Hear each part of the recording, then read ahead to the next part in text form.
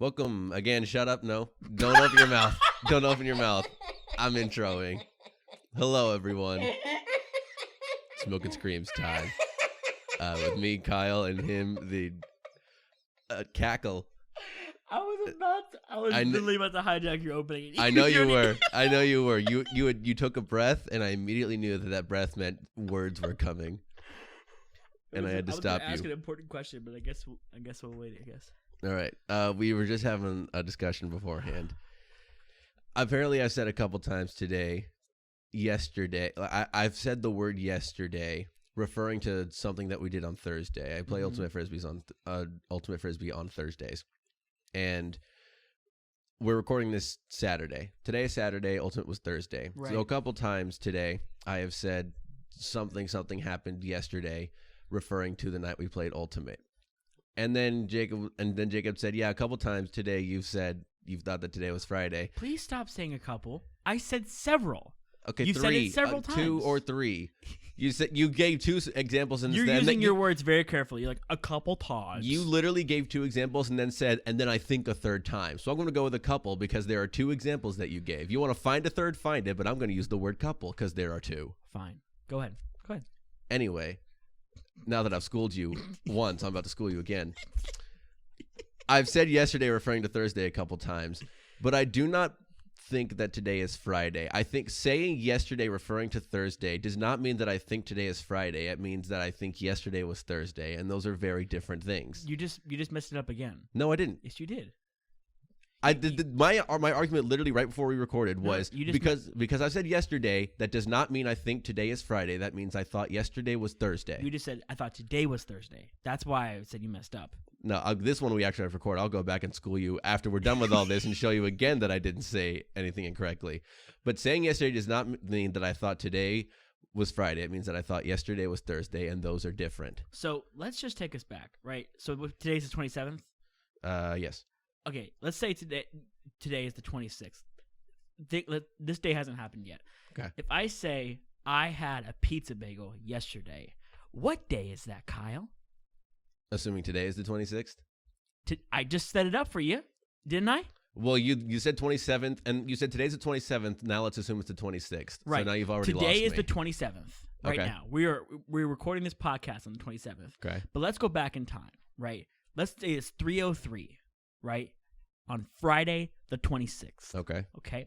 And I say, hey, yesterday I ate a pizza bagel, right? Random example. What day am I referring to? The 25th. Which is what day? Thursday. Awesome. Glad we're on the same page. Okay. So that means they are the same then, right? No, that is not, because you're taking into account the math. In the math, they are the same. In the brain space, they are not the same.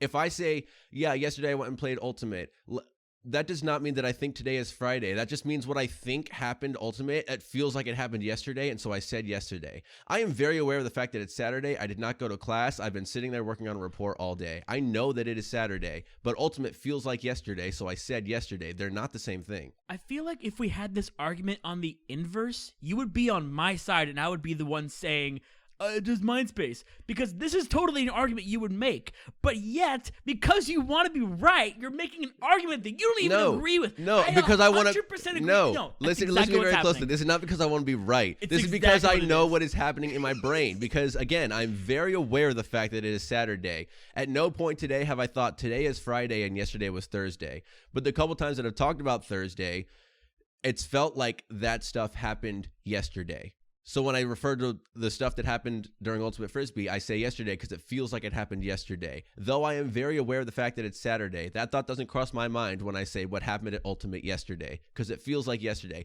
Thinking yesterday was Thursday is not the same as thinking today is Friday. Those are different. I don't think they're that different. And I think you wouldn't think they're that different either if you were not trying to be right. No, I just know that I know that they're different. And you know what, Kyle? I'm willing to be the bigger person, as I normally am, and say, you know what, Kyle, you're right. I apologize for infringing on. I also just want to your pride. I want to make it known real quick that you telling me I'm right does not make you the bigger person. It just makes you right.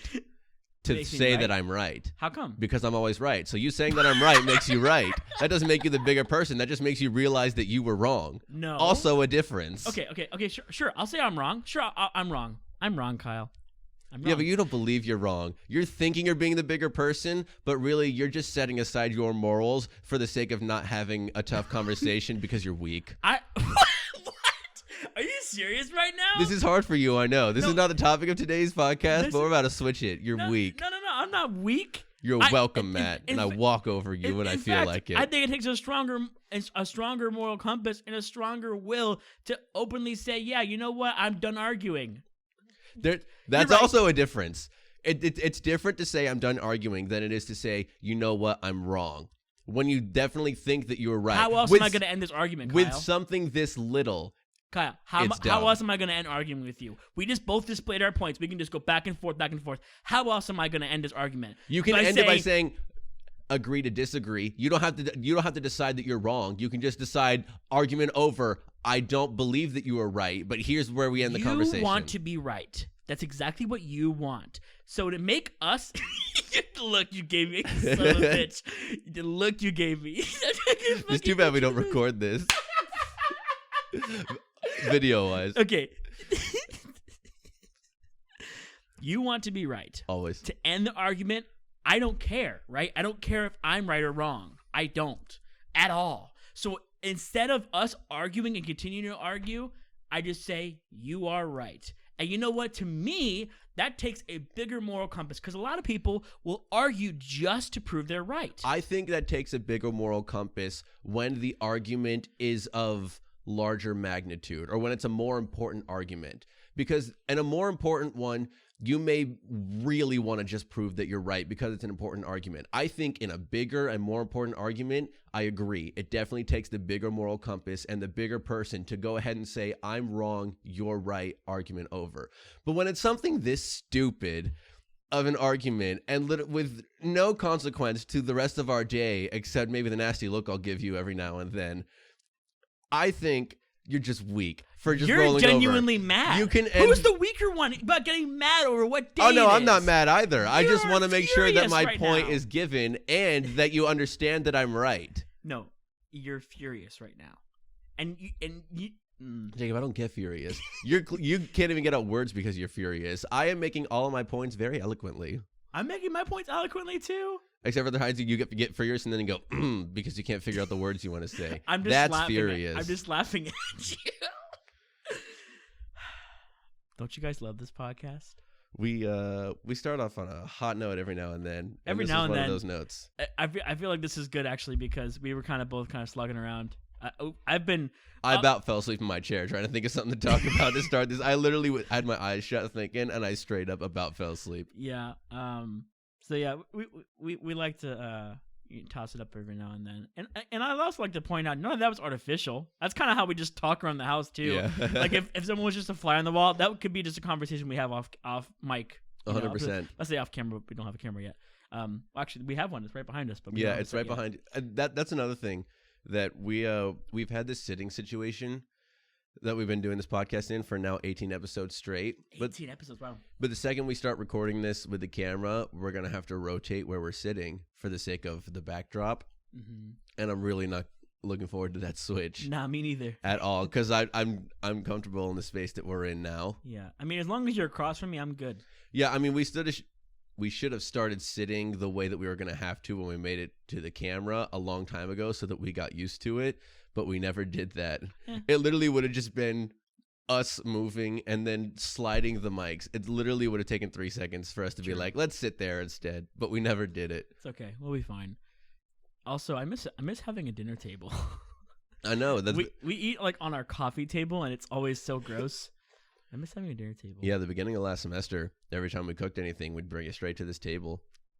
And we did that for like a couple months, and then we started this, and we threw all this on the table, and we have not eaten at this table since. I've eaten here one time since, because I had a bigger meal. I just ate to the side of all the equipment. Do you remember when we went into your closet to try and record? Yes, the very first time we went and sat down in my closet, and we couldn't figure out a comfortable seating arrangement because we don't have seats for something low, because the only thing we could put the table on or the computer on and this mixer on would have been something low. So we were sitting on pillows, but we couldn't get close to the mic and be comfortable at the same time. And then we brought a side table in to try and sit at that, but nothing was the right height. Yeah. It ended up just being dumb, so we just came back out here and we just threw comforters at the wall and was like, I hope that absorbs the sound. So far it has. I mean, we don't sound bad. Yeah, I know. It sounds fine. Yeah. As good as it can, I guess. As good as it can. Why do we have 2 nostrils? Why? I have so many questions about why we have and do a lot of things as humans. And having 2 nostrils has never crossed my mind of being one of those questions. That has never once crossed my mind. Why we got 2 of them? Why can't we just have 1 or multiple? Like why can't we have like 4? Like just have 1 nostril there instead of 2. I guess we're not the only ones that have 2 nostrils. A lot of animals have 2 nostrils, but like, why? I don't know. Why do we have 2 eyes? Why didn't we just have 1 long eye? Well, the eyes make sense because the duality of vision. You can look. If you have 1 eyeball, it would have to work completely differently. And being able, if you have 1 eyeball in the center of your head, you would have a lot of blind spots. Yeah, you wouldn't have any depth perception either. Exactly. So I think that makes sense. But for smelling, I can't imagine having 2 smaller airways making more sense than having 1 big one. I don't know. Do you think 1 nostril is more connected to a side of the brain and the other is more connected to the other side of the brain? You know, like the right and left side of brain. And if 1 nostril didn't work, then maybe you smelled things in a more creative way, and you smelled other things in a more intuitive way. And you're like, oh, that smells pretty if you're the creative way, and then something else you're like, oh, that smells exactly like this object that I know. Nah. No. I don't it's a think thought. so. I doubt they're connected to the brain. It's a thought. I mean, I like the thought. But the fact that, we have 2 nostrils and then a mouth to breathe, right? Why can't we just have 1 big hole here? Why don't we have 2 mouths? So we can have multiple conversations at the same time. Well, then our whole the thing is that the arguments that you're making for like why can't we have multiple of these things is because our facial structure would literally have to change, like our bone structure and everything, right? Right. And I guess 2 mouths could make sense because 1 could be for breathing and 1 could be for eating because those pipes go down, and causes choking. So that would make sense, right? Yeah. But the nostril thing, it wouldn't change the structure of our face at all. Everything would be the same. It would just be the rearranging of the tubes. I feel like 1 nostril would even look better than 2 nostrils. Well, what about the people that don't have any cartilage in their nose? And what if they get pressed down on their nose and then they can't breathe? That's why they have a mouth. Well, I mean, like, what if they don't have a mouth? That could happen. That person would be really easy to kill. You just boop them for long enough and they die. That'd be funny. The only other question I have is why do we care about and this isn't a human body thing anymore. This is just what we do.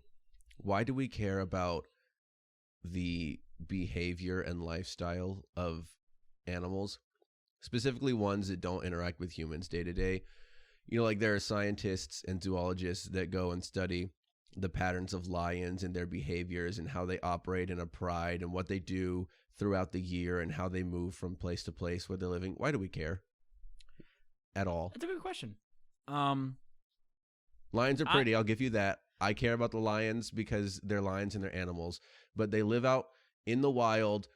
We're not going out there and observing all that so that we can protect them, because we have to let nature do its thing, obviously. Maybe if it's an endangered species, maybe that's where you step in. Yeah, I think lions are a bad example there because endangered species. Right, but I mean, there's we care about all of the animals. Like, you could look up a pattern of behavior for literally any animal and find it because we study all of the animals, and I don't know why. Okay, this is actually an interesting topic. I think this is really interesting because this is something I've kind of briefly put some thought to, but since you're bringing it up, I've actually just cycled through my brain reasons, right? So as in an evolutionary sense, right, studying lions or predators out in the wild when we were much less civilized makes a whole lot of sense, right? Because you can save yourself from being away from those lions. Oh, lions like to hunt over here, I'm going to build my house over here. So that's a protective technique, right? But even though it doesn't seem like it, humans still rely on biodiversity in the ecosystem to live. So by studying animals and by studying the way that life works outside of our metropolitan areas or whatever, we get to see how we're affecting the world, but also their effects on our daily lives, like insects, how like bees pollinate and that whole process. If we didn't study animals at all, we would be oblivious to that. Also just curiosity, right? People just being curious about how animals operate and what they do. There are people who love animals more than the two of us combined, who will forever just be curious about animals and how interesting they are, and they want to document that. So that's the reason. If there's something to discover, why not discover it? Same reason why people explore space or build toys or whatever. You know what I'm proud of you for? What's that? For not answering capitalism. I'm proud of you because I feel like you could have drawn some real stupid line to capitalism, and it probably would have only taken like 2 dots to get there. Yeah, probably like 2 dots. Yeah. But I'm proud of you for not. Somebody going makes there. money off of it, so yeah. Probably. Yeah, I'm proud of you for not going there when you totally could have, and I would have been like, yeah, maybe. I'm proud of you. Thank you.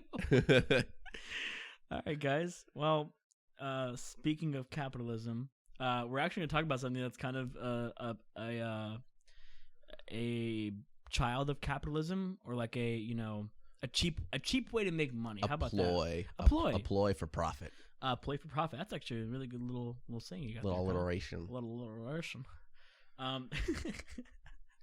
Sorry, I'm so funny, guys. Yeah, you're hilarious. You're the funniest person on earth. To use your words, you're the funniest freaking person on the face of the planet. We're talking about remakes and sequels. Remakes, reboots, sequels. Yeah. All the things for movies that already exist. Movies, yeah, for movies. I didn't even mention that in the little title. I think if you ever say reboot or like a remake, you typically think movie, because like no one reboots a book. Like books don't get rewritten because they have copyright issues from the author. Not issues, but they are copywritten pieces of art that cannot be rewritten ever, period. Movies have a timestamp. Yeah. For when they can be like, all right, let's reboot it. Let's redo it. So yeah, that's what we're going to talk about today.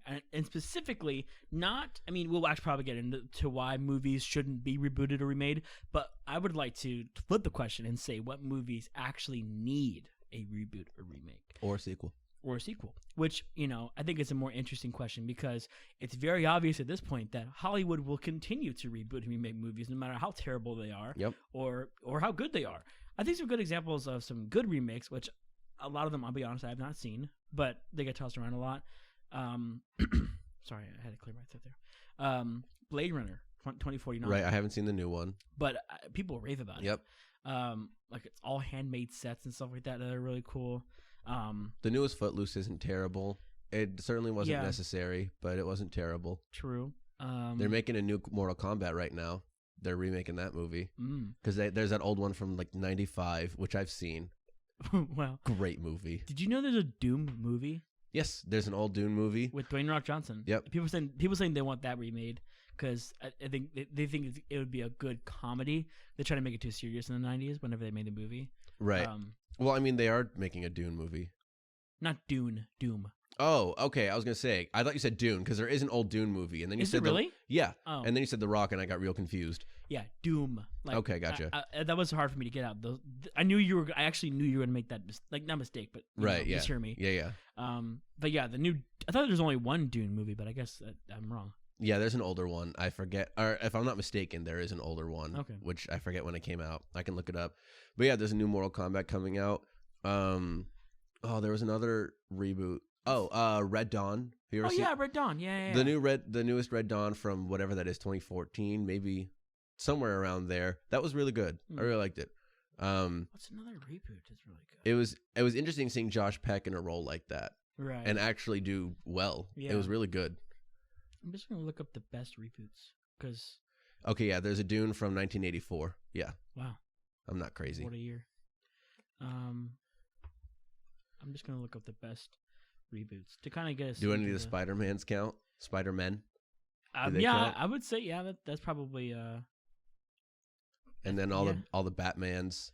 Batman, yeah. I mean that it's really easy to make a good Batman movie though. Yeah. Superman. Popular reboot movies. People say The Mummy was good. The reboot, but I've heard awful things. Because Universal actually has a whole like Monsterverse that they're trying to make into their own connected universe. Because they have all of the rights to like Frankenstein, The Invisible Man, Mummy, and all that stuff. And it really hasn't worked out so far. The Invisible Man I heard was pretty good. That was like the only movie that came out last year. Well, what are some good sequels that you can also think of? Because that's also part of this conversation. Toy Story 2. Toy Story 2. I mean, Shrek 2 is fantastic. Yeah. A lot of animated sequels are good. A lot. The one that gets thrown out a lot is The Godfather 2. Yeah, Godfather. The sequel to. Ooh, what is it? I believe it's a sequel to The Sixth Sense. Oh, because then you have no, not The Sixth Sense. You're thinking of another Bruce Willis movie, but it's yes, because I'm blanking Unbreakable, Split, and then yes, and then the Mr. Glass one with Samuel L. Jackson. Oh, okay. I haven't seen the Samuel L. Jackson one. Yeah. I've seen Split though, and that's a really good movie. Mm-hmm. And it came years after Unbreakable, but it's a good sequel. I really enjoyed it. I agree.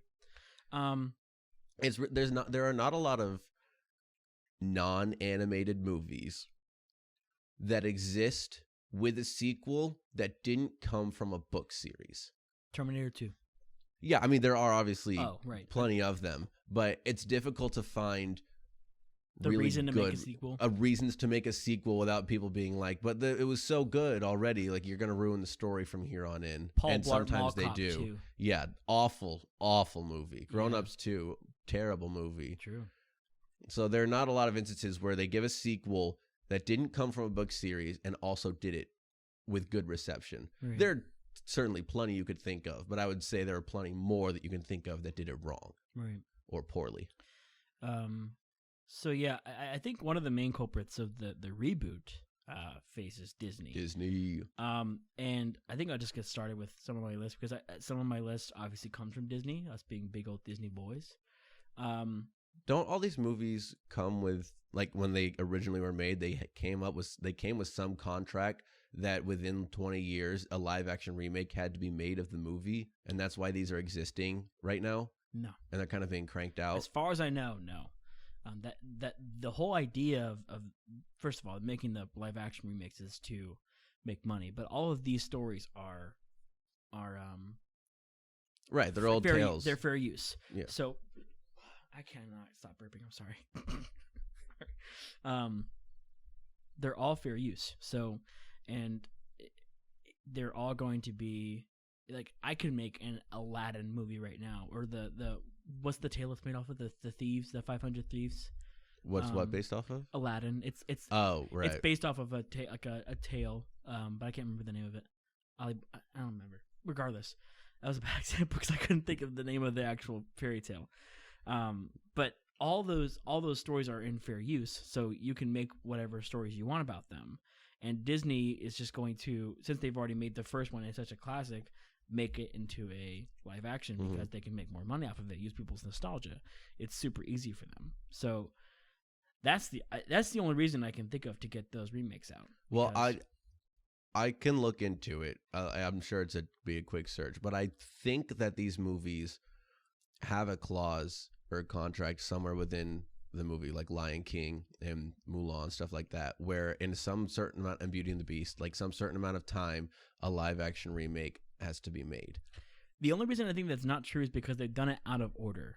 Like right, it's out of order. So I don't know what that time frame is, but I feel like the first one that would have to be made would be Little Mermaid. Right, I don't know if that time frame in the clause is like 50 years or what, because maybe they saw Emma Watson and was like, oh, she'd be a great Belle for Beauty and the Beast. We should just start working on that and make sure that she's part of the project. Yeah, you know what I'm saying? I don't know. I don't think that's true. I don't know because Cinderella would also have to fall in that. You know, Cinderella has a live action remake. I said Cinderella, but I meant Sleeping Beauty with Maleficent. Because that was the first one, right? And then they did the Maleficent movies, so they kind of touched on it. So I don't know what the stipulations of these contracts are if they exist. I feel like I've heard about them, and that's why I'm talking about them. Okay, gotcha. I think they're real. Well, anyways, so a lot of these remakes suck balls. they're just really not good. I think the charm of the movies that have been remade so far, and I'm speaking specifically to the Disney remakes. Right. We're talking Aladdin, Beauty and the Beast, Lion King especially, and Dumbo, Cinderella. Is that they all the charm of them is the animation, and the musical aspect of it, and just having people act it out. You can't emote as much as an animated character can, or if actors have passed, like Robin Williams, you know, you can't make this. And I think, to make new jokes, sure, that's a good thing, but I think that in order to make it meaningful, they have to either take the story in a new direction, creative new way, or which they actually did with Dumbo, because Dumbo had some problematic themes, right? In the original animated story. So they took some of that stuff out and made some of it a little more interesting, which is, fair. I watched Dumbo, the new one. I can't remember when, but it's been a while since I watched it. I don't think I watched the live action because every trailer I saw, like the whole thing looked dark and morbid, and I was like, I really don't want to watch this. It's gonna ruin the original for me. Yeah, but it just, for me, it doesn't. It kind of almost, it doesn't. And me, you have had this argument before. It like soils the original for me, right? When I see a live action do so poorly, because I think there is some potential there to make things different and to fix their mistakes, if you will. I think for these Disney movies, these Disney musicals specifically, I think that's what Broadway is for. Yeah, because Aladdin on Broadway, real good. Smashes. Lion King on Broadway, real good. Rips. Beauty and the Beast on Broadway, real good. Rips, yeah. They all do great. And we're going to talk about another one that's also a musical. And then I'm going to talk about a couple more that I think would do better as live action. As some reboots. First one being Hunchback. We're big Hunchback boys in this household. Love Hunchback. And I think the movie has some serious tonal issues. And we're talking about the original. Right, the Disney movie. Yeah. It's got some really wild tonal issues because at one sense it wants to be this Oscar bait serious drama about acceptance and love, and in the other sense it has this weird sex appeal thing with Esmeralda, and it has to also be a kids movie and sell toys. That was the funniest thing, is seeing those old, you remember those old Disney trailers that you would see as kid with that voiceover like, come join in the fun, and then it would show some clip of Jason Alexander as a gargoyle being like, I farted, and then coming out to theaters near you, and then you cut to Hellfire, and it's like, these are two completely different movies that you're advertising, and that's why it was considered a flop of the Renaissance era, the Disney Renaissance, that is. So, and the sad thing is, Hunchback is such a wonderful story. Like, it is so beautiful, and I think it's really retold well in the musical. For sure. It's unfortunate that because the music is just so beautiful. It's unfortunate the musical never made it to Broadway. Alan Menken, dude, legend. But I think with a live action remake, and I think if you still got the music, it wouldn't be so boring. I think if you change some of the story bits a little bit, make it really beautiful and cinematic. Do you think it should go the way of the Broadway musical, where they kind of keep the essence of the ending intact? Yes, and I do think they should pull some more stuff from the novel as well. But Hunchback has been a story that's been retold a billion different ways. Yeah. So it's kind of, they for the animated movie, they pull from a bunch of different stuff. But I do think they should change the ending a bit, and make and cast some new people, because I think that's something they've been doing good with, as well as casting some unknown actors, especially for Aladdin. They cast like completely new actors, but the problem they've run into with that is those actors have had trouble finding other work since they've been known as, in Aladdin, the movie that flopped or whatever, that wasn't as good as the original. Now he's having trouble finding work, right? Allegedly, right? Like Beauty and the Beast was fine. Like it was a pretty decent live action, and they used a lot of actors that were already pronounced. Yeah, really pronounced. Which is one of the reasons I think it did well. A, because people were excited to see these people in the role, and B, whether they were truly fit for the role or not, they did the role well enough Right. for it to be a decent movie. I haven't seen the live action Aladdin either because I've heard that the guy that plays Jafar is absolute trash.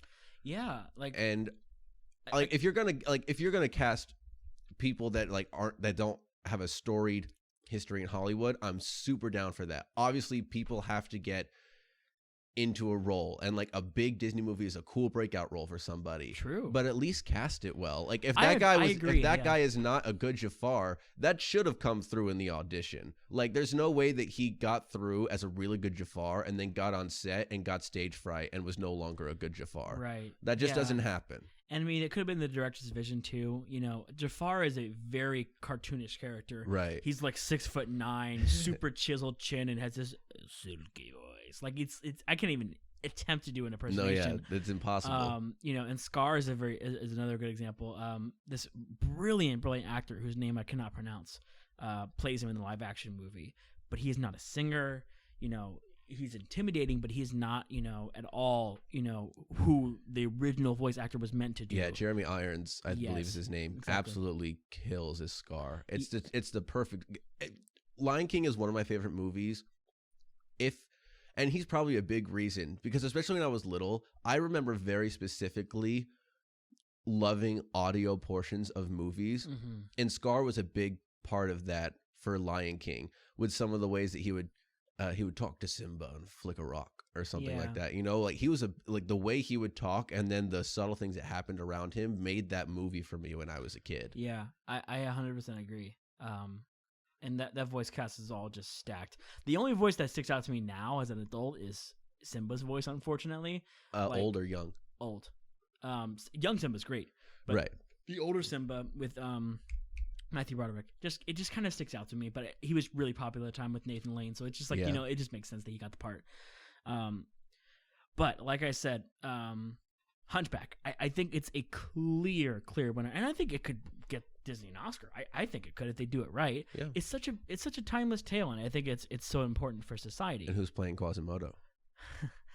In my version, I would love to see Jack Black take the role. And every song is now rock and roll. I think Jack Black has this untapped musical theater goddess voice that could just kill out there. I wouldn't call it untapped, because I feel like he's been tapping into it for years now. Oh, well, yeah, but he's very rock and roll-esque. And I think that he can just absolutely annihilate the singing. I mean, the acting is very difficult, and I don't know what direction they would want to go with Quasimodo, because Quasimodo has been represented in several different ways. Right.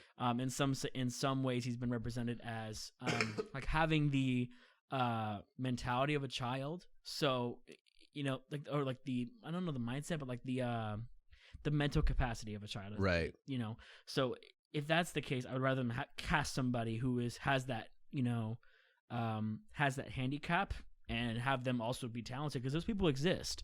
I think that would be even cooler. But if they're casting him as just like a hunchback, just as someone who's injured or, you know, deformed, I think Jack Black would own that role and really act it well and sing it better. Like, it's so incredible. Like, I want him to do Made of Stoner out there. Like, I think a good casting. Hollywood hasn't used him a lot. He's been in a couple of things. Dwayne Johnson would be really good. He's not in a lot yet, and I'd really love to see him. Stop. I'd really love to see him in some more stuff. And then I think for Captain Phoebus, Chris Evans is a clear choice. He would obviously need to grow back that hair, which we'd all love to see. Woof. Yeah. But anyways, not fan casting, but I mean, it's obviously in the pipeline. I think Disney's working on it at some point. But Lord, just don't mess it up. Just make it good. And another thing, Aladdin added, like the live action movie added new music that didn't come from the Broadway musical either. Beauty and the Beast did as well. Beauty and the Beast did as well. So what? And that's where I'm a little confused, because the new songs from the Aladdin live action I have listened to, even though I haven't watched the movie. I've listened to those songs, and they're not that great. Well, what they've been doing is they've been giving the love interest that's not the main character their own song. So Evermore for Beast, and then I forget the song for Jasmine, but they've given her that song too. And they've been doing that whenever it's applicable. I think Nala has a new song. Oh, Beyonce sings a song for. Yeah, she just sings The Spirit while they're running back to Pride Rock. Right. But it's not Nala. It's just Beyonce in the background while they're running. Right. That's a great song. Yeah. But that's what confuses me because I love Alan Menken and Evermore is fantastic. Evermore is such a good song and I love it. But the new song, which again I forget the name because I don't listen to it as much because I don't like it, from the Aladdin, it's not that good. And so there were a lot of misses with Aladdin as far as I'm aware. Yeah. And I've watched the Beauty and the Beast remake a couple times. I know a lot of people don't like it because, especially for Emma Watson's part, there's a good bit of auto-tune that's very obvious. Yeah. It doesn't bother me that much, to be honest. I could have lived without it. But all in all, the overarching goal here is one of the movies that we believe should get a reboot/remake is Hunchback. Give that a live action. And I want to continue into the Disney space, if you don't mind. Go for it. Okay. I'm just here. Glad you're here, Kyle. Thank you. This would only be Screams if it was just me. Can you imagine that was the name of the podcast? It just Screams, and literally every day you got on here for 30 minutes and went, ah! I'm sorry for ear raping all of you. That delicious audio. I backed up. Well, yeah, but you still were really loud. I can see the peak. There's so much that I didn't tap into. It probably would have come up to like here. Yeah. Well, anyways. Some movies that I think could use an entire remake, but just a lot of fine tuning in the from the Disney space. In Disney space. Okay. Pocahontas. Yeah, I've seen a couple people that were like, "Get Pocahontas a remake." And Princess and the Frog. I don't think Princess and the Frog is old enough yet, but let's just delve into it, okay? Right. And I mean, I'm not saying it has to be done tomorrow. I'm just saying, right. in the pipeline, it's got to happen. Pocahontas has another weird tonal issue with the cartoonishness of it all, and the weird voice actors. Like I forget who does John Smith, but he's like this super old actor. It's not Russell Crowe. It's in Pocahontas. Pocahontas. I'm not sure. Let's find out while you keep talking. I'll look it up. The weird villain, like it all comes across as super heavy-handed, and Pocahontas is. Oh, it's Mel Gibson. Mel Gibson, yeah.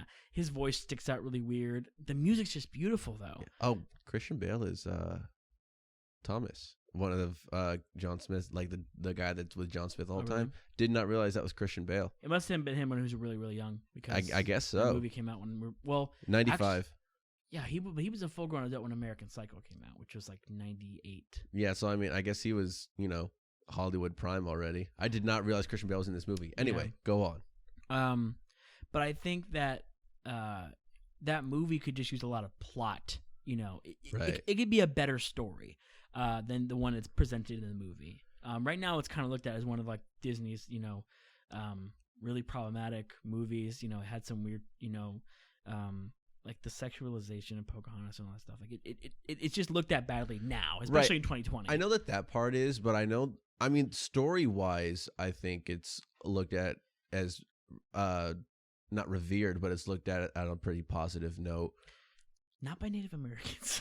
Really? Yeah, Native Americans tend to think that they kind of got shafted. And I would like to see a live action movie full of Native American, actors that is positive. Of course we know how the story goes. Right. We came here and we stole their land. But I think that it would be maybe like a Native American director. Like I think that would just look a lot better. I don't think Disney's going to touch it at all. I think they're too scared. Yeah, the PR of it all and everything like that. Like, I think they've already kind of screwed up with Mulan. 'Cause that remake came out last year, and a lot of people hated it. Still haven't watched it because apparently the villain there's suddenly like a new villain who is a magician, and apparently like she does magic, and Mulan's like, oh, me too, magic. Well, it's like a girl power thing, and it's even worse. Right, it's something I don't really understand what happened. Like it's so easy to make a good movie with Mulan, but it's impossible for them to Anyways, it's so dumb. And then Princess and the Frog. I think it's a great movie, but with a lot of issues. Why does she have to turn into a frog? Like, it doesn't even make sense when you think about the plot of the movie. Right. Like, why does the prince kissing her make her a frog? And what purpose does it serve? None really. Because, like, she doesn't have a lesson to learn. All she wants to do is, open her restaurant and, the times hold her back. So her turning into a frog and then falling in love is, not going to teach her a lesson to help her open her restaurant. Right. So, I think you can take the story, tweak it, make it more interesting. Yeah, it's interesting that the original story is person in high power kind of falls to a low place. Then person already in low class has to fall to that low place so that he can feel humanized to then bring him back up. Like, she doesn't get to just reach down and bring him up. She has to go down and walk up with him. And I think there are some parts of that movie, again, that are just so great. The music's great. The animation's beautiful. The setting of New Orleans is so different and evocative. It's such a good setting. It's a good setting, especially for an animated movie. The way they had it, like because especially with all the jazz and the dancing, just how expressive they can get with people's dancing and like the different close-up shots of people swinging. Like that's obviously possible in live action and very hard to do. But I just watched a video that kind of compared all the Disney movies that came out in that decade, the 2000 to 2010 decade. And it's the only animated musical to come out in that decade. Really? Because Princess and the Frog was 2010, right? It was like right on the dot. 2008, I believe. Oh no, that's right. I think Tangled was 2010, and then Princess and the Frog was a little earlier. So it's the only animated musical to come out in the entire decade. When you look at the movies that it's compared against, like when it's up against, it's like it's not even a contest. Like, there's 2 or 3 other movies that are better than it. If you want to quote unquote call it that. But it's wild how how vastly better it is, music wise, animation wise, everything. The villains be like amazing. Like I think it could just use a good surge of. I think it would be better as a live action movie if they fix those dumb issues, those plot issues, and make it. There's people who can do it. I know there is. If it happened in a couple years, give me a base cast. If it happened in a couple years. I want someone who is... Or if you just think someone like new that's not in Hollywood right now, if that's what you would prefer. Yeah, I think for Dr. Facilier, you gotta find someone who is just fits the role. I don't know the actors well enough to cast Dr. Facilier, but you'd have to do an open audition for him and get someone who can seriously be that sinister, because he's a really great villain. Right. I mean, they could bring back the guy that voice cast him. I don't honestly know what he looks like. I don't know what he looks like. Yeah. Prince Naveen. Cause what ethnicity is he? He's not African, is he? He's from like Middle East, I think. I'm not sure, to be honest with you. Cause I was gonna just throw a name out there, but I can't. I don't want to, get the wrong ethnicity. But for Tiana, there's a litany of choices. What if that girl? What is her name? The girl that plays the bullet. Oh, in Hamilton. Oh, I know what you're talking about. It's like Ariel something or Ariel. Ariana DeBose. Yes, Ariana DeBose. That's what it is. She would be really good. She could definitely sing the part. Yeah, I think she could do it.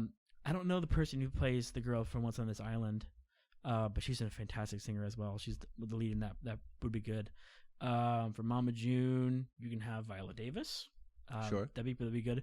I think she'd be a little young for it, but she can play up in age because she's meant to be. Really you could get what is her name? She's in The Help.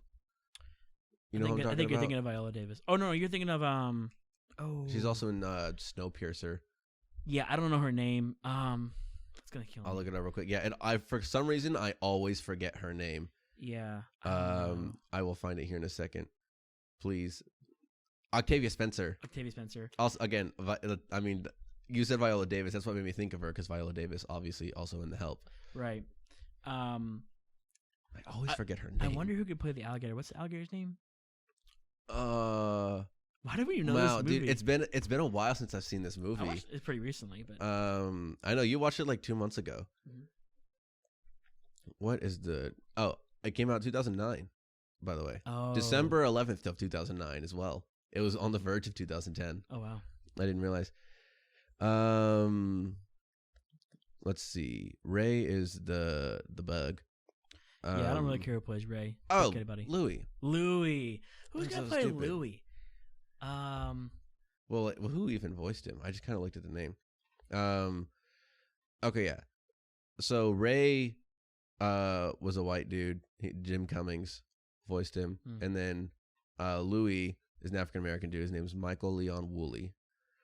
So yeah, I mean that's true. It could be just a voice actor. I didn't even think about that. Right. But yeah, I think. Oh, you know who would be a good Naveen? What's his name? Aziz Ansari. Not Aziz Ansari. The guy he's in Get Out. Not Daniel Kaluuya, but Lakeith Stanfield. Yes. Yeah. Yeah, handsome guy, really, really good actor. But anyways, he could also play Facilier. Dr. Face. Dr. Face. Yeah. But yeah, I think those movies are being overlooked right now. I think those would have been the first movies I would have remade. Right. If I was Disney, to make those movies more appropriate, better, altogether. Is there any I missed? Do you think any Disney movies, that you could think of? Or that we need sequels? I think they recently cast The Little Mermaid for the live action they're going to do. Mm-hmm. Which obviously I know a lot of people have problems with the story of Little Mermaid as well, because it's people kind of look at it and they're like, oh, as long as you think a girl's pretty, you can fall in love with her. She doesn't have to talk or have personality as long as she's pretty, and maybe a little ditzy and clumsy when she gets out of the ocean for the first time. So people have problems with the tone of that movie. So I don't know if they're changing the tone of it. I don't know. I've never really thought about it that way. Probably because we're both men. Yeah, so I've never really thought about the movie that way, but they recently cast it, so we'll see what they do. Yeah, I'm not excited for Melissa McCarthy as Ursula. No, me either. That was a casting choice that I was not happy with. Yeah. They haven't done a Snow White. I know there is some other studio that did like the Snow White and the Deadly Seven Dwarves and the Huntsman or whatever that was, but Disney hasn't done. I thought they did it. The classic remake. So they could always touch on that. But yeah, I don't think you're really missing anything, because a lot of the movies that we haven't talked about are recent, right? So they wouldn't get remade for a while. Something like Tangled, like that was 2010. Well, should there be a sequel to Tangled, do you think? They've been doing the TV show for this long, so probably not. If I had to guess, they probably wouldn't do a sequel because of the TV show that's been carrying the story. Yeah. And then you'd make the sequel and you'd have all the people that have watched the TV show be like, well, then is the TV show just not canonized to the first movie? Yeah. So I would have loved to honestly see a sequel to Tangled. Me too. Because I love Tangled and I think they could do a sequel really well, but because of the TV show, I don't think they will. Yeah. So shoot me one. I've talked about Disney for a while, so I want to see what movies you think of, because you told me you think I'm not going to be able to talk about the ones. Well, I'll start with one that we can keep talking about, because it may have even been on your list, is the Green Lantern. The Green Lantern, okay. Here's the thing: a lot of people think that movie is trash. A lot of people dog on the Ryan Reynolds Green Lantern. Yep. Which was, when did that come out? 2010, 12, I have no something idea. like that. Earlier than that, yeah. I give it like a 5 out of 10, maybe a 6. It's not that bad. It's perfectly fine. However, especially with all the new DC stuff, obviously the Zack Snyder cut just came out, and people want the Snyderverse back because the Snyder cut was so good, which I'd be fine with. But you made a Justice League movie, and you didn't even try to introduce Green Lantern, and I'm upset about it. Green Lantern is so cool. The reason why I'm still upset with Justice League is because they just saw the Avengers movies were popping and just said, hey, let's introduce 6 characters at once. Yeah. Like, they didn't... To make the MCU, you had to have 10 years of build-up. That was what it was. So, well, not 10 years of build-up, 5 years of build-up, if you want to call it that. 2008, 2012. That build-up and those films piling onto each other, and then even more piling onto each other. But even the first Avengers movie, that was 4 years of build-up, and every single hero inside of the Avengers movie was already introduced in a previous movie. I agree. In this case, it was half of them weren't, and you don't. They literally in the whole movie was like, we need to go get Flash. We need to get this kid that became Cyborg like 2 weeks ago. He'll probably be helpful with this Mama Cube. And then we need to go into the ocean because I'm pretty sure there's a guy down there that could probably help us. Yeah. So I think going on Green Lantern would make it even worse. And I think that it would have been better if they just waited a little longer, but there's just for so sure. pretty. Like, there's so much that could have been done to not do what they did for Justice League. Yeah. It was so dumb. Like, obviously, Batman vs. Superman was a trash movie. Right. And then they still kept rolling with it. And then Wonder Woman happened, and Wonder Woman was good. And so they were like, now they're receiving DC movies well. We should do a movie with all of the DC characters then, if they think our movies are good now. Yeah. So, all that to say, people dog on the Green Lantern movie. I'm sure a lot of people would love to see a Green Lantern movie done well. Because Green Lantern is a very cool hero. I agree.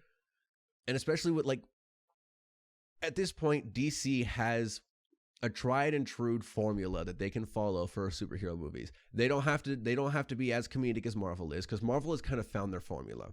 Mm-hmm. Marvel has kind of found their comedic quip and very serious when it needs to be formula for their movies. DC can be the serious ones if they want to. There's not a lot of comedy in most of those DC movies, and I'm totally fine with that. But follow the formula, subtract the comedy if you feel like it. But it really shouldn't be that hard to make a good superhero movie anymore. Well, this is why I think Green Lantern could be the exception to that rule. I think Shazam was too, but Green Lantern is, an easy character to make funny. Sure. Because this whole concept is really freaking goofy. I think Ryan Reynolds was fairly funny in the Green Lantern movie, and that's one of the reasons I liked it, is because a couple of times, like a lot of his quips kind of made me laugh, right. And so I enjoyed those portions of the movie. Yeah. But obviously it can be done better, and I think it would be because obviously Green Lantern is a part of the Justice League, straight up. Like of the Justice League, he is part of it. So if you were going to introduce 3 heroes, just introduce the 4th one and just make it all the Justice League. Like, I really wouldn't have cared at that point. After they introduced 3 people within an hour, I was like, I honestly was expecting Green Lantern the first time I saw Justice League. I was like, just bring him in, I guess. I really don't care. Just bring him in so I can see everybody. Yeah. So I can just have the Justice League. And maybe you'll get movies from here on in. And then maybe I'll come back to this and appreciate it. But I just want the Green Lantern back in the DC. I want DC to be relevant again. That's the thing. It is basically irrelevant at this point outside of Batman. Yeah, there are some serious fanboys out there, but it's kind of gone the wayside. And I think it was the inverse when we were kids. Yeah, exactly. It was I'm not sure if we talked about it on here or not, but it was certainly the inverse when we were kids. If you liked Marvel, you were just haha, big joke, unless it was Spider-Man that you liked, because we all loved Spider-Man. Or maybe the Hulk. If you liked the Hulk, you were cool. But outside of those two, like if you liked some part of Marvel, you're like a big nerd. They're like, what about Superman? Superman could kill anybody in Marvel, dude. Superman has X-ray vision and a speed of a bullet. And Batman, obviously. And then the movie started happening, Iron Man, and it was like, Iron Man is pretty cool. And then Captain America, and everyone was like, Captain America was a good movie. And then Thor happened, and people were like, 80% of the movie was diagonal, but it was a good movie. I liked Thor. And then, the Avengers, and then DC never did anything. They had some decent TV shows, and then they moved on to the CW TV shows. And Arrow was good, and then the other ones kind of started not to be so great. The CG and the Supergirl show is so bad. Supergirl's such a bad show. Yeah. It's so poorly written and so poorly shot, and the actors are so poor at acting. Yeah. It's all poor. But I think Green Lantern could use a good reboot, and maybe even a good reboot could kind of revive the DC side of the cinematic rivalry, because the rivalry really doesn't exist anymore. True. Because Marvel has just absolutely eclipsed everything that is superhero in the cinematic universe. Yeah. So I feel like a good Green Lantern reboot could kind of revive DC if it was done really well. I agree. To keep on the superhero train, I think a good sequel would come from Megamind. Okay, yeah, you mentioned this yesterday. I think it's serious untapped potential, because I think Megamind, of the DreamWorks movies that I've watched so far, is one of the best ones. It's so good. Of the DreamWorks, franchise. I want to hear your rationale for giving it a sequel, because so far I don't agree. It wraps up beautifully, right? Yes. But think about, because you have the interesting, Titan, character, right. Think about including the next movie having to expand on the universe a little bit, right? So he's still a superhero. Like the Megamind is still seen as a hero because a Metro Man isn't anymore. So he has to save the day from everyday criminals and stuff like that. Right. And he still feels the sense of loss. And then an actual villain comes to town from. Think of him maybe like as a Batman type. Because there's obviously some allure, between Lex Luthor and Superman and, Megamind and Metro Man. So like a Batman comes along who's like a vigilante and, he actually looks up to like there can be some interesting stories made from that. They haven't, it's been how long since Megamind came out? Like probably at least 10 years. Yeah, at least, if not, maybe a little bit less maybe. When did Megamind come out? Like 2012. Megamind came out in 2010, so it's been 11 years. Wow. Or close to it. It was October of 2010, so a little over 10 years. Like, I think that's one of the superhero movies that's been done right. Like the same thing with The Incredibles. Like, why did it take so long for them to realize? Oh yeah, a sequel, perfect. Like, it doesn't make any sense. Like those movies did so well. Maybe that's part of it for them because I feel like that happens sometimes when a movie happens and it does really well. And maybe someone in the studio has been like, this could use a sequel. People would like it. And then they're like, no, let's wait 15 years. Because then when we make the sequel, people are going to be so excited for it. They're not going to be able to stop themselves from spending money on us. Yeah, I guess so.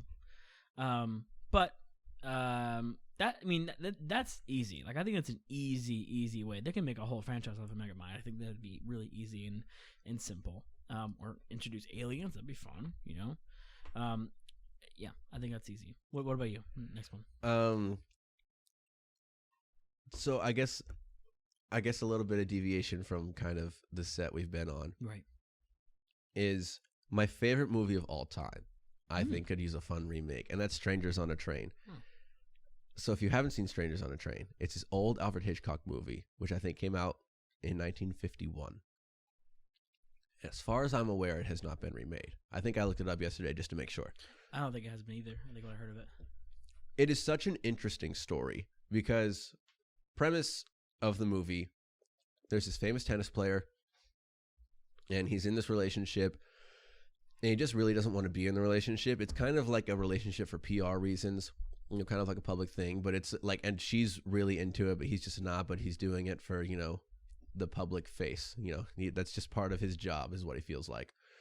So he meets this dude on a train and the dude that he meets happens to recognize him as a tennis player. So they start having a conversation and this man that he's met, whose name I forget, is like, they happen to get on personal terms. And he's like, I don't like my relationship either. And so this guy that he meets is like, what if, you and I don't know each other. What if I kill your girlfriend and you kill mine? And these murders cannot be tied to either one of us because we're complete strangers. So if I just point you to my girlfriend and you kill her, no one will ever suspect you. And if you point me to yours and I kill her, no one is ever going to suspect me. And we'll have our own alibis so that we can't be suspects. Because obviously we'll be suspects as the boyfriends. We'll have our own alibis, completely untraceable. Let's just kill each other's girlfriends since we're strangers. And this tennis guy is like, absolutely not. I want to get off this train immediately, please. And then the story ensues, and this guy that he's met, actually, he ends up, pretty early on in the movie, he kills the tennis player's girlfriend. And it's like, all right, I did my part. You're in this now. You're a part of this. Because like, if you don't go through with some of this stuff, I'm making it known that I'm going to make sure that people know that you did this. And like, so he kind of forces him into a corner to do his part, which he never agreed to in the first place. I give all that setup to say it's such an interesting story, and there's such a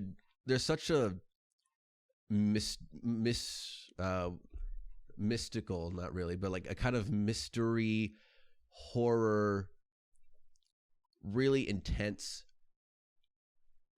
air to the film that I think could be done really well now. Yeah. With things that happen with like something like Get Out, like that kind of air could be put into the movie the same as it was then. I think it could be done really, really well. I think it could be shot very well because Alfred Hitchcock was known for kind of experimenting when he shot movies. And I think just experimenting with this would be really good. And I think it would just be a really, really good movie if it were remade. Yeah, I think so too. I mean, there are some old classics, quote unquote classics. It depends on your definition. But there are some old movies where I don't want to ever see a reboot because I just don't want it to get touched. But this one, I would love to see it redone. I think it could be done really, really well. Yeah, I think movies that actually I haven't seen a lot of them, but very well-known classics like Back to the Future. I don't think should ever be remade. No, I think something like I don't think Footloose should have ever been remade. Me neither. The remake was fine, but I don't think it should have. Like something like that or Dirty Dancing. I don't want to see those get remade. Or Wizard of Oz, another one that really hasn't been remade. Yeah, there was that James Franco thing a couple years ago. That wasn't really like a remake, it was like, though. Yeah, it was specific to Oz himself, I think. Yeah. And it wasn't good. No, it wasn't very good at all. So I don't think those movies should be remade. But another classic that I think could be remade, that would be pretty interesting. And I think these two kind of tie to like my middle school book reading for language arts. Okay. Movies that we watched in class. Right. I might have one of these on here. The Outsiders. Okay. I've seen that a lot. And To Kill a Mockingbird. To Kill a Mockingbbird's on my list. I almost put The Outsiders, but I didn't. To Kill a Mockingbird is an easy one for me. Like, easy remake. That would be. It's easy to decide, make a remake, and I think it would also be easy. We're not in the profession, but I think it would be easy to do it well. Yeah, I 100% agree. Yeah, but that's a no-brainer. Yeah, like I said, I almost put The Outsiders because, matter of fact, I googled. I was like, what do other people think should be remade? And a lot of the lists have a lot of similarities, and The Outsiders is part of those lists. Really? Like every single one of these lists has The Outsiders and some movie like The Air of Being a Gentleman. It's called something like that. That's like the number one on all of these lists. Is really? Movies that need a remake. I don't never even heard of it, but it's number one on all of these lists. Huh. Yeah, I know To Kill a Mockingbird was really, really boring to watch in high school. I never watched the movie. I loved the book. Yeah, and I know that there's an I love old the book movie. too, and I watched the movie in class, and I was just like, this is a really boring movie.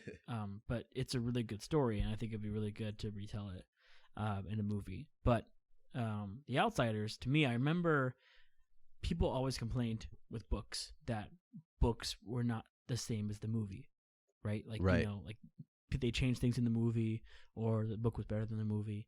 The Outsiders is literally, if I remember this right, word for word from the book. Like really? The dialogue is literally stripped straight out of the book and put into a script. Wow. Like I remember like thinking, what the heck? Like, this is so weird. I'm literally flipping page to page and I can read it like in Mr. Moore's class. Like, right. It's so weird for me. Like they cast everyone in the movie and it was like, here's your lines, and just handed them the book. Yeah.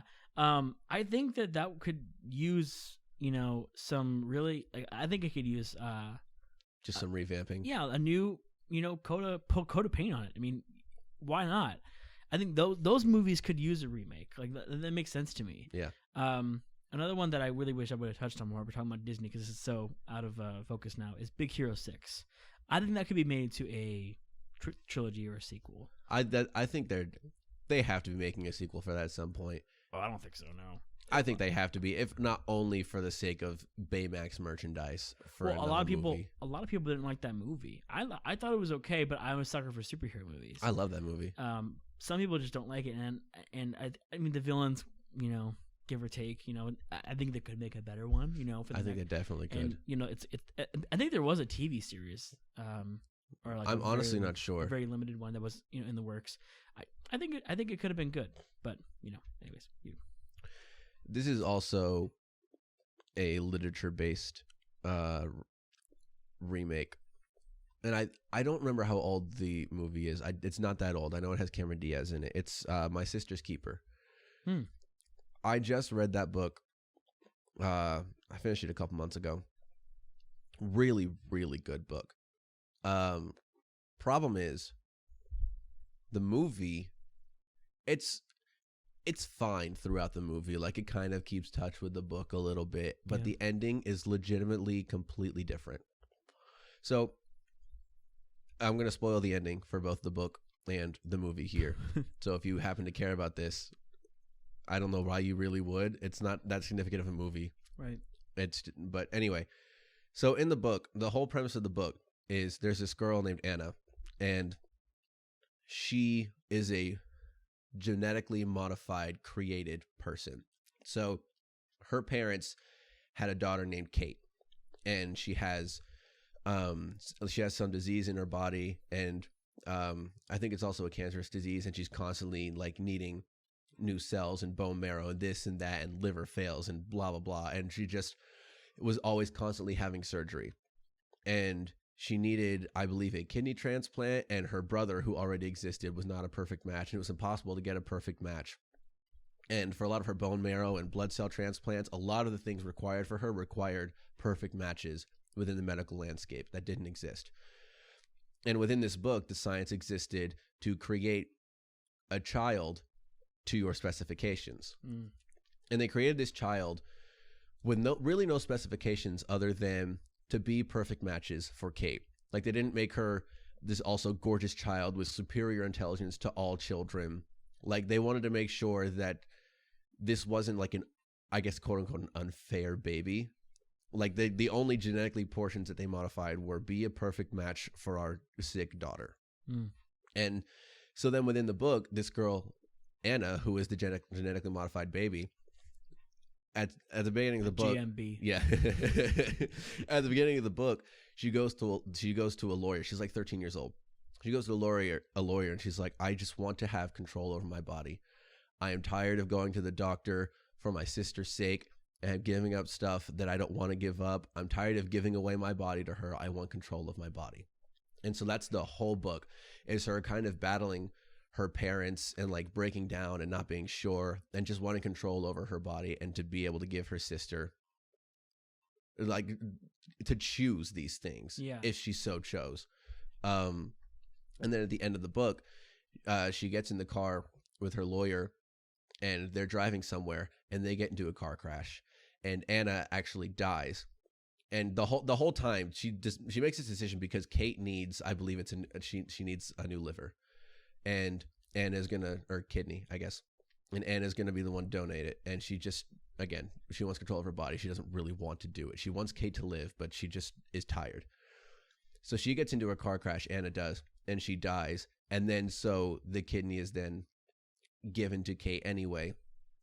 And so it's almost like a lot of the theme of the book is kind of the futility of a lot of the decisions you make.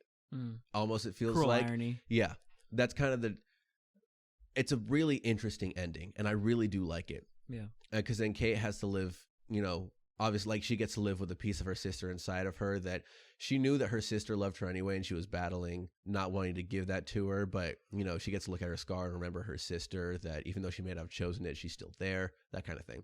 In the movie, Kate dies, and Anna is just sitting there living now at the end of it. This whole battle, and then Kate dies, and then so the battle happened for no reason, and that sort of thing. I hate it. I hate it so much. Like, make nuances in a movie, make some changes within the story, little dialogue changes, little decisions, fine. Don't straight up change the entire ending to where this sister dies instead of that sister. That's messed up. It's so stupid. I want a remake only for that reason, is because it wasn't that well acted throughout the whole movie in general. It's not that good of a movie. But then they screwed up the ending, completely 180'd it, and just ruined it full of. If I cared to give movie reviews, I would go online and I would give it a 0 on all of the applications I can rate movies on, because it's garbage. Another movie that did something kind of similar was Little Shop of Horrors in the 80s version, or I think it's made in the 80s. I haven't. I don't think I've seen the movie of Little Shop. Basically, there's an alternate ending that you can watch. I think it's in like deleted scenes or whatever.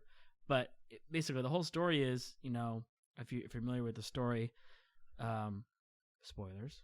Seymour's an orphan and he's sad, and he works in a botanist shop with this cruel boss, and he likes this girl named Audrey, and then he goes. It's a really weird story, so just be prepared. If you're not familiar with this at all, it's really weird. It's a musical too.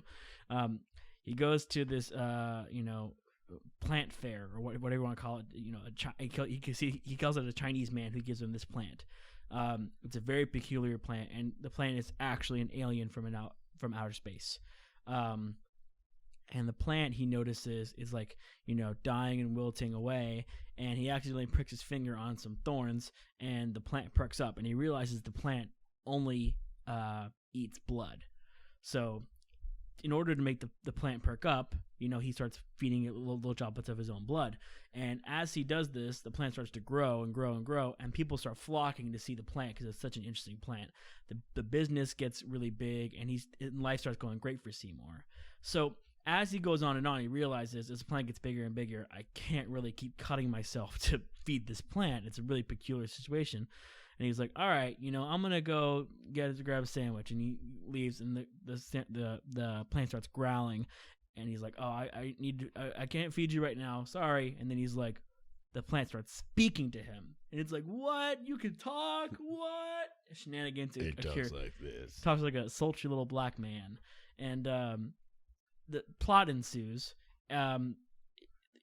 Seymour essentially has to start feeding actual live people. Straight up humans. Yeah, humans. And it plays with his morals because everything's going right for him because the plant can alter reality. So he feeds like his mortal enemy to the plant, and then he feeds his surrogate father, who is the shop owner, to the plant. And then eventually he feeds Audrey, the girl of his dreams, to the plant. And it's like, what the heck? And then the plant eats Seymour at the end of the film. And the whole point of the movie, is like, don't feed your bad habits or whatever. It's like, moral, right? And then the plants take over the world. He breeds and multiplies, and he takes over the world. And everything is like super campy in 80s, right? But then there's an alternate ending in the movie where Seymour successfully kills Audrey too in this fight. He successfully kills him, and then he lives the rest of his life with Audrey. And goes and just the typical American happy ending. Yeah, it's like that's so dumb. Don't make that an alternate ending. The whole point of the movie is don't be selfish. Yeah, I guess that's the point. And Seymour doesn't win because he's not selfish. He decides not to be selfish. He wins because he kills Audrey too. Audrey 2 is the plan. Like, don't feed your bad habits, but like at some point, if you fed him too much, the moral is supposed to be if you feed your bad habits too much, it's going to catch up to you. And then in this alternate ending, it's like if you feed your bad habit too much, you could still turn around and kill it, and then still live the life you want. So really, no consequence, I guess. No consequence. So dumb. Good movie though, and I think that could be a remake. But it's a little bit of a classic for me. So I think I'm good with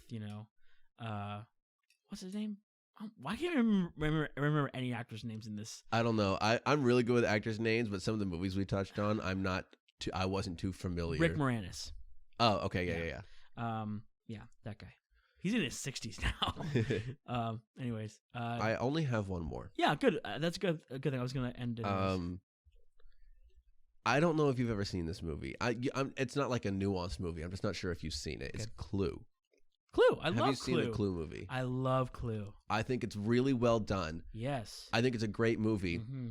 I still think we could just use another one. I think it would be great to see another one with just new comedy. You know who would be a good director of that movie? Rian Johnson. Taika Waititi. I think Taika Waititi could play the butler. Oh, he for sure could. Definitely. But Rian Johnson. I think Rian Johnson could remake that movie. I think someone could do the butler a little bit better than Taika Waititi. Well, we still need to cast Taika Waititi. So who's he going to be? Colonel Mustard? No. They give me the Colonel. He could be the Professor. Professor Plum? No, not in this version of the movie.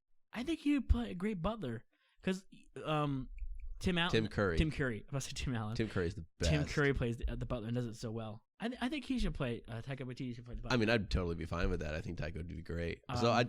Again, Clue's a great movie. Yeah, I wanted to put this in here because it's not a movie that was done poorly, or that was like it's a classic that I'd be okay with seeing another version of it because it's a very comedic movie. It's also got its serious moments, but the seriousness of the situation doesn't evolve, but comedy has evolved. Yeah, and I think new comedy would be really good for a new Clue movie. Yeah, I agree, and I think we're in this comedy drought. For sure. There haven't been that many like good movies that are comedies. Like we had this really good heyday in like the mid 2000s, and then like into like 2014, and we just haven't had like great comedy since then. Yeah, there've been some. Oh yeah, there've been some big bangers that come out. Like we watched Booksmart recently. Booksmart was really good. A banger. But like as far as movies, like comedy movies, a lot of them had just tanked. Yes, a lot of them have been really bad. So I think that'd be just start digging up some old comedy movies and remake them. Like Clue. Clue is a really good example. I think that's a really good one. Yeah, 100%. You got any others? You want to call it there? I'm tapped dry. Alrighty. Let's cut it there. That's a long up, isn't it? hour 15 so far. Oh, I was gonna guess an hour 30. Yeah, no, we're all right. We're all right. We should just end every episode asking how long we've been going. How long have we been going? Exactly. Let's talk about it for another minute so we can hit the mark we want to hit. Thank you guys so much for listening. Of course, let us know if there's a different movie you think should be rebooted, remade, sequeled. Good point. Or that you would just wish was wiped from existence. Because I've got a few of those movies as well. Maybe there'll be another episode later on. Movies that just shouldn't exist and that we believe no one should ever watch ever again. All right, guys. We'll talk at you next week.